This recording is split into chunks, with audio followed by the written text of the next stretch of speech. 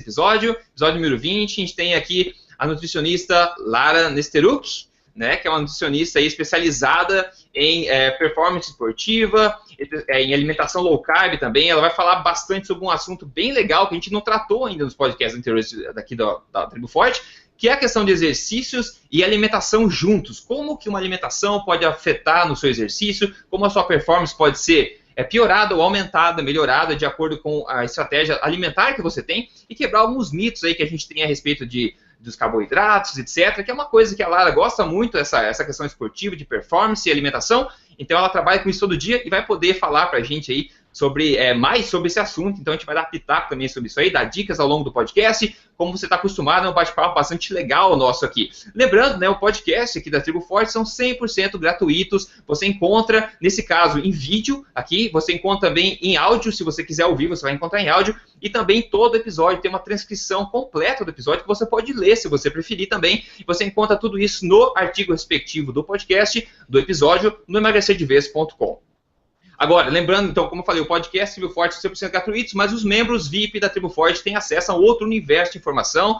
Então, eu convido você a participar, ser membro VIP da Tribo Forte, só você no triboforte.com.br, e lá você vê todos os detalhes, todos os privilégios que você vai ter para se tornar membro VIP, e um deles, já adianto nesse episódio, como a gente fala, às vezes a gente oferece um bônus para os membros exclusivamente, né? Vantagem para os membros. Então, a Lara vai dar uma listinha aí de 10 dicas rápidas para quem quer começar com o pé direito aí, uma vida saudável, alta performance, disposição no dia a dia e também, claro, como consequência, emagrecimento. Então ela vai também fornecer para a gente uma dica aí que eu vou depois postar o link para você baixar, os membros baixarem dentro do portal da Tribo Forte, ok? E para finalizar, quem quer focar em perda de peso, você já sabe, você usar um método que é baseado em toda a ciência que a gente fala aqui nos podcasts todos, você vai no códigoemagrecerdevez.com.br. Com isso, eu dou um bom dia, então, ou boa tarde, boa noite para a Lara, para o Dr. Souto, e agradeço a presença deles aqui nesse nosso papo de hoje. Bom dia, Rodrigo, bom dia, Lara. Aliás, boa noite. Boa noite, Lara, tudo bem? Boa noite, Rodrigo, boa noite, Dr. Souto, é um prazer estar aqui com vocês.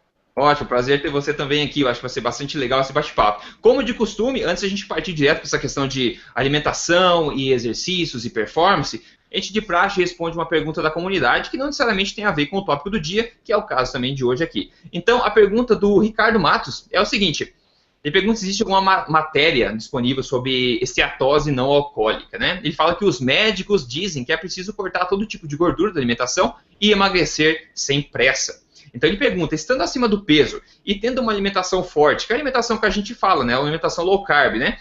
Como seria fazer essa dieta e em relação à saúde do fígado? É isso que ele pergunta, né? Então ele está repercutindo aquele, digamos, o senso comum, aquilo que a gente escuta dos médicos, que realmente, você tem que emagrecer sem pressa, e para isso você precisa tirar as gorduras, que o teu fígado vai ser prejudicado. Então, você, Dr. Souto, por exemplo, que é médico, lida com pacientes todo dia, você, Lara, também deve ter casos também desse, né, que se enquadram nisso aí. Acho que é legal a gente compartilhar um pouco aí o que vocês acham sobre a pergunta aqui do Ricardo.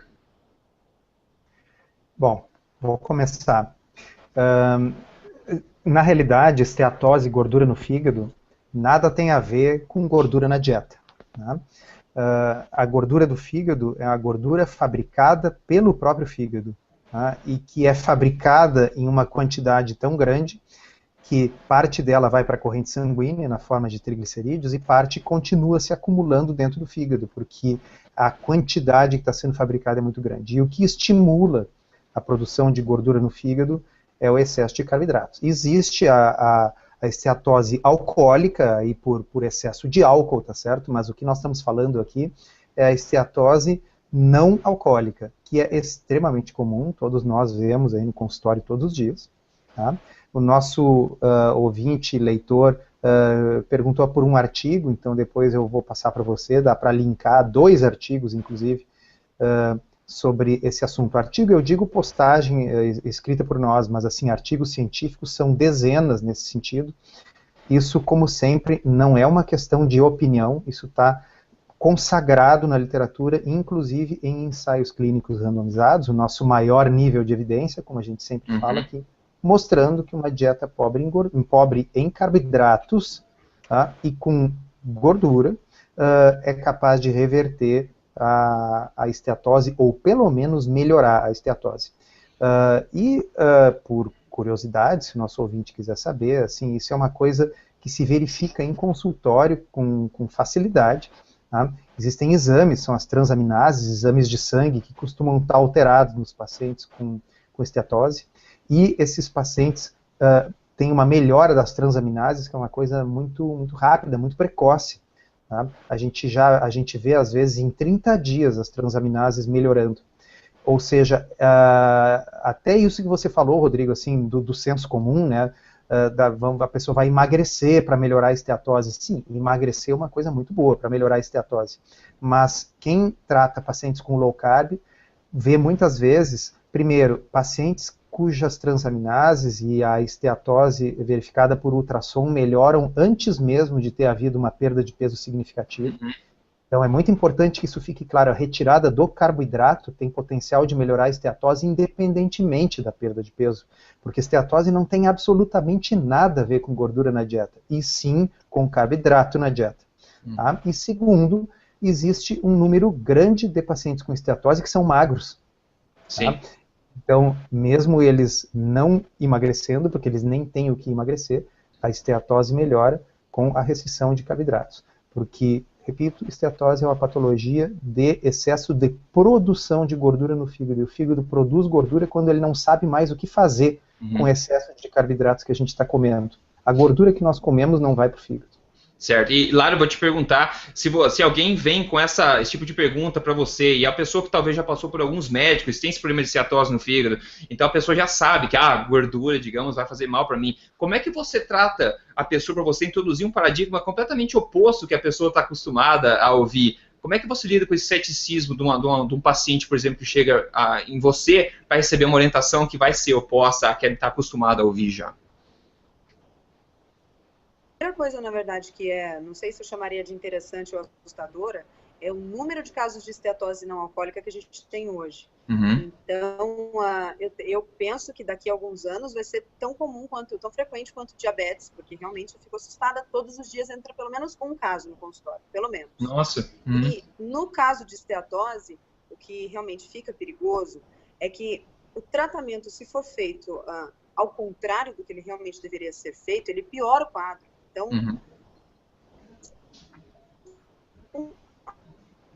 na saúde dessa pessoa, pelo excesso de carboidratos e da dieta dela, eu diminuo gorduras, em nutrição a gente não tem conta zero. Toda vez que eu tirar algo, eu vou ter que colocar algo no lugar. Então, se uma pessoa que tinha problema com carboidratos tirou gorduras, normalmente no lugar dessas gorduras que ela tirou, ela vai colocar mais carboidrato ainda. Então, o quadro que fica pintado, e é muito comum, a pessoa procura o médico, ele acaba orientando ela de forma errônea a retirar todas as gorduras da sua alimentação. Então, com isso, ela aumenta a quantidade de carboidratos que consome. E aí, 30, 60 dias depois dessa intervenção, o médico vai refazer os exames e ele vai dizer para ela que, olha, mesmo com a dieta, nós não conseguimos fazer. E aí ele vai constatar que, na verdade, o caso piorou. E aí fica, então, essa ideia errônea de que com a alimentação não foi possível reverter.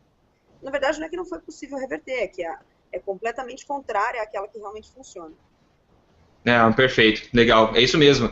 É tão perigoso, né, que o caminho da solução tradicional é o caminho que piora a condição, né, então é muito assustador realmente de perceber esse tipo de coisa.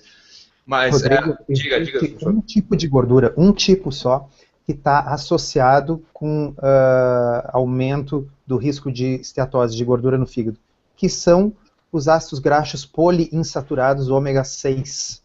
Tá? Ou seja, justamente aqueles que, infelizmente, as diretrizes costumam recomendar. Então, óleo de milho, óleo de girassol, óleo de soja, tá? Esse tipo de óleo, esses estão, inclusive os modelos experimentais de esteatose, mesmo em animais, costumam incluir grande quantidade desses óleos, porque é a forma mais fácil de induzir esteatose nesses animais. Então, uma mistura assim, de óleo de milho com açúcar é excelente para induzir esteatose em animais e em seres humanos.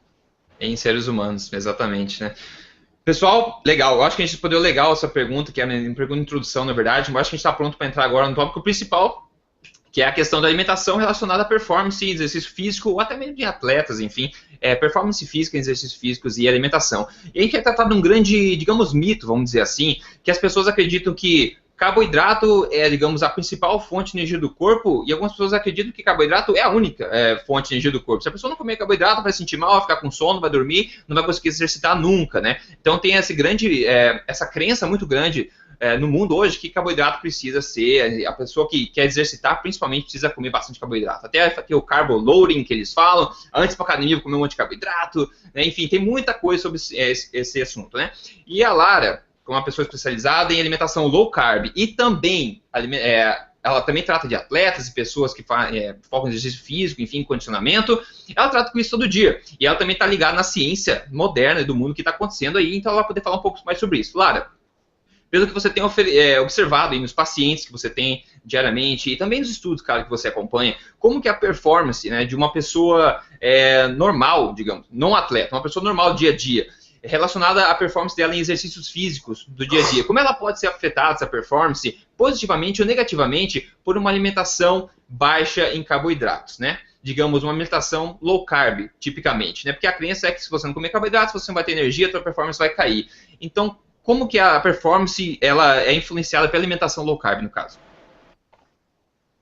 Então, Rodrigo, sobre performance e alimentação low carb, a gente tem 2 pontos a observar desde o começo da introdução da low carb na vida da pessoa. O primeiro é o objetivo dessa atividade física na vida dessa pessoa, e o segundo é a questão da adaptação. Então, em primeiro lugar, a gente precisa descobrir o porquê que essa pessoa pratica esses exercícios. Pratica por uma questão amadora, ou porque ela simplesmente gostaria de se mexer algumas vezes na semana, ou porque ela, por exemplo, quer colher os frutos de um treinamento de força, que o molde do corpo realmente muda muito com isso. Se esse é o objetivo dela, ela pode fazer isso em low carb adaptação. Então, o grande erro das pessoas quando relacionam low carb à atividade física, principalmente a performance, ou seja, a alta performance, é esperar que a alimentação mude hoje e que na semana que vem eu já esteja performando completamente bem e rendendo muito bem, sendo que isso não é possível. Porque da mesma forma que a gente precisa adaptar o corpo à atividade física, a gente também precisa adaptar a fisiologia a uma nova alimentação. Porque somos todos grandes queimadores de carboidrato, já que é um metabolismo preferencial por ser tão mais fácil. Tirar o corpo disso não é um negócio rápido e simples. Demanda tempo e demanda paciência. Eu sempre digo para os meus pacientes que eu não tenho hoje nenhum atleta de alta performance que passa comigo, que acompanha comigo, que não esteja em low carb. Mas eu não tenho nenhum deles que não sofreu bastante nos 2, 3 primeiros meses. Isso é normal. E a questão do objetivo, que se a pessoa realmente não tem um objetivo de performar do tipo competitivo, eu com certeza vou recomendar low carb, principalmente se ela tiver sobrepeso, que daí é o melhor a fazer. Mas, se eu estou, por exemplo, trabalhando com um atleta, um tenista, e ele tem um percentual de gordura bem baixo, ele nenhuma diabetes ou, enfim, qualquer doença desse tipo, e ele se beneficia de uma quantidade considerável de carboidrato, eu também não vejo problema em colocar. A gente, quando está falando de performance, precisa lembrar de não ver carboidratos como vilões, eles não são vilões. O que a gente realmente quer que seja entendido é que é errado achar que eles são extremamente necessários. Eles podem ser usados, tem gente que prefere usar, eu tenho atletas que se dão muito bem com. O que eu acho que precisa ficar muito certo para todo mundo é que não há uma necessidade empírica, assim, que não dá para trocar. Sim, e qual que é a vantagem de Claro, deve depender do tipo de esporte, enfim, do tipo de performance, mas qual a vantagem de um atleta estar em low carb? E a gente vê, inclusive, eu acho que eu vi times de rugby na Austrália que estão fazendo experimentos com low carb, inclusive, que é um esporte de força, um esporte de impacto, e colocar esse pessoal especificamente em low carb é bastante interessante, no mínimo, né? Exatamente. Tem 2 esportes que são os que eu vejo maior benefício com low carb. Um deles é fisiculturismo, por incrível que pareça. Olha só. E o outro são esportes como triatlon e maratona. Em triatlon, maratona ou ultramaratona, eu vejo muitos benefícios